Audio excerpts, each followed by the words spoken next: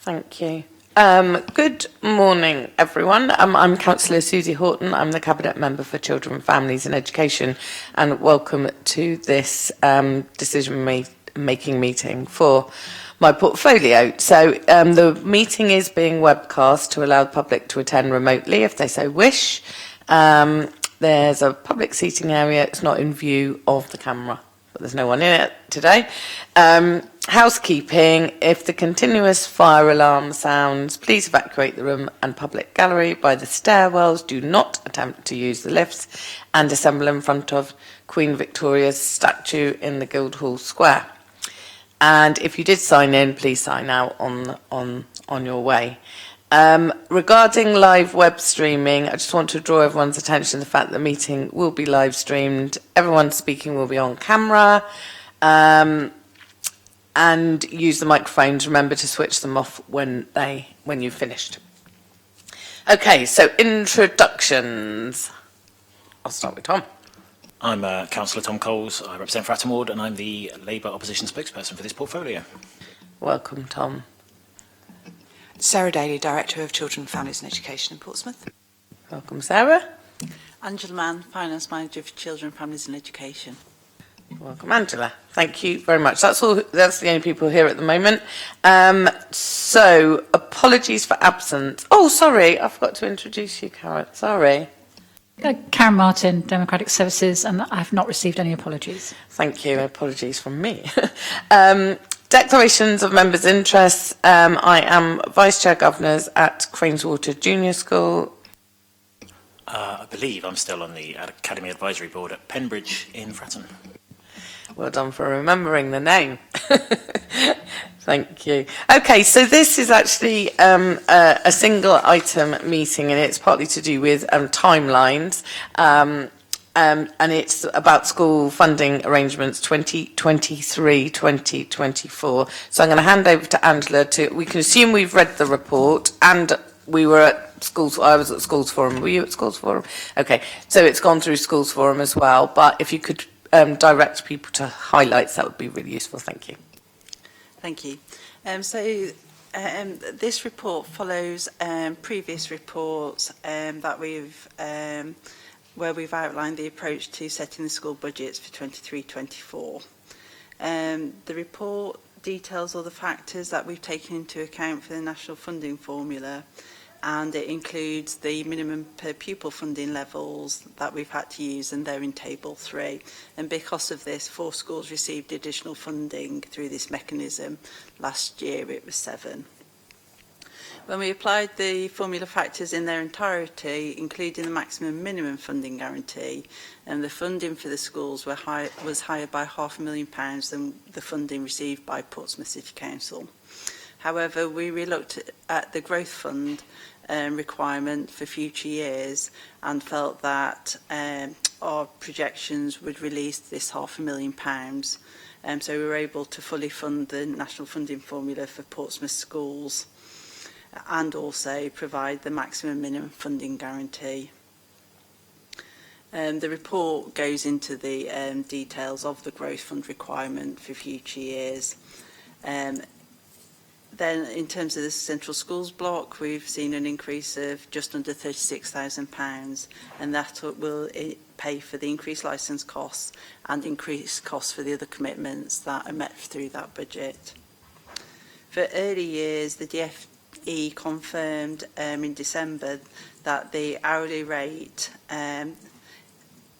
for Portsmouth City Council would rise by 28 pence for 3 and 4 year olds to £5.28, and 58 pence for 2 year olds to £6.38, which is 5 pence and 8 pence more respectively than was in the summer consultation.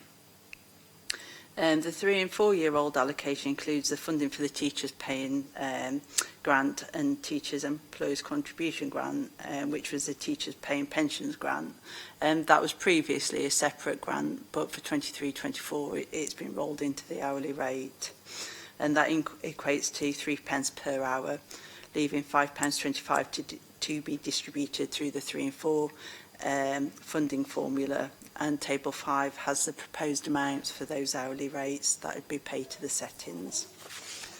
And for the high needs budget, this is still being worked on and will come to the next meeting.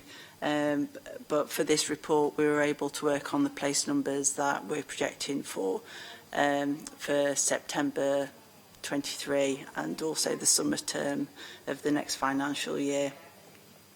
The report also gives information on the 2 additional grant fundings that we're getting, the one for the mainstream schools and one for the high needs, and how they're distributed is slightly differently, and the report details that.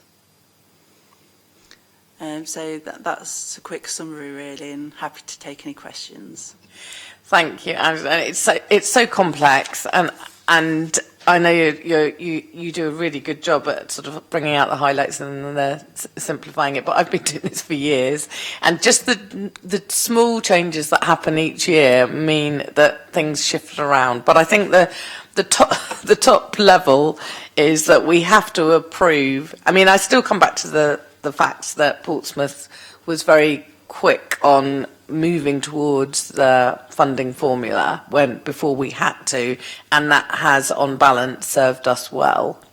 So we've been able to move over to it with a sense of transparency, discussion, really good relationships with the schools, but the fact of the matter is funding is not enough, and schools are really, really struggling. So whilst we sit in those meetings and we can look at how well we've done around this piece of work, in actual fact schools are facing really tricky situations, and they need us to champion them. And that's why it's important when it comes to the second part of this, when we look at the high needs block and everything, that we keep that dialogue open, because we know that schools go so much above and beyond in terms of our inclusion agenda, and making not enough money go a long way.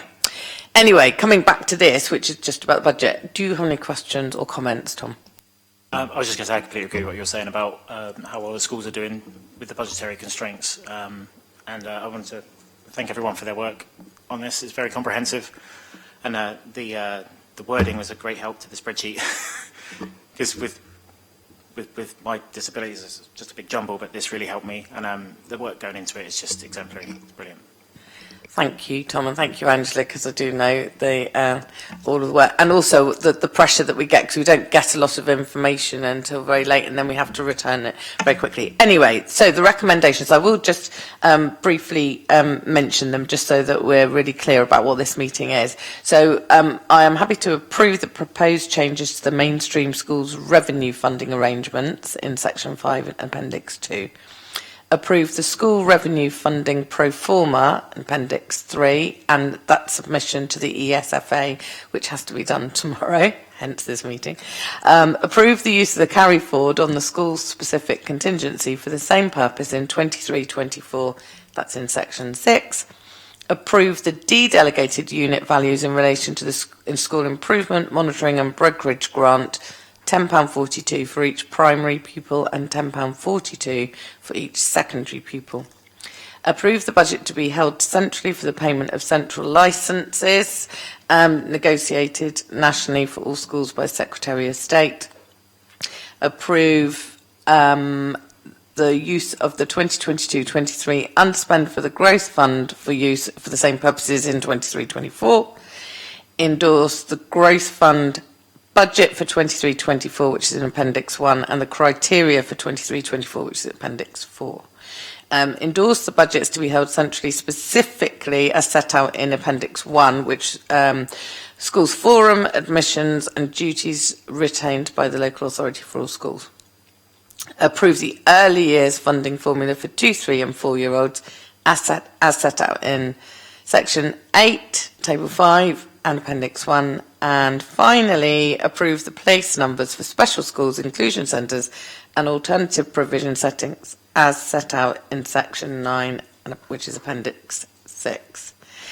So I'm very happy to approve those recommendations, and yes, I extend my thanks to Angela and everyone else who has worked on this, and also to Schools Forum, who really do challenge but contribute in getting the best deal for Portsmouth schools. And that, sorry to say this, Mike, is the end of the meeting. But just for clarity, Mike Stoneman did arrive as I started reading out those recommendations. Yeah, apologies for the delay. Yeah. Okay. All right then. Thank you, everyone. That's the end of the meeting.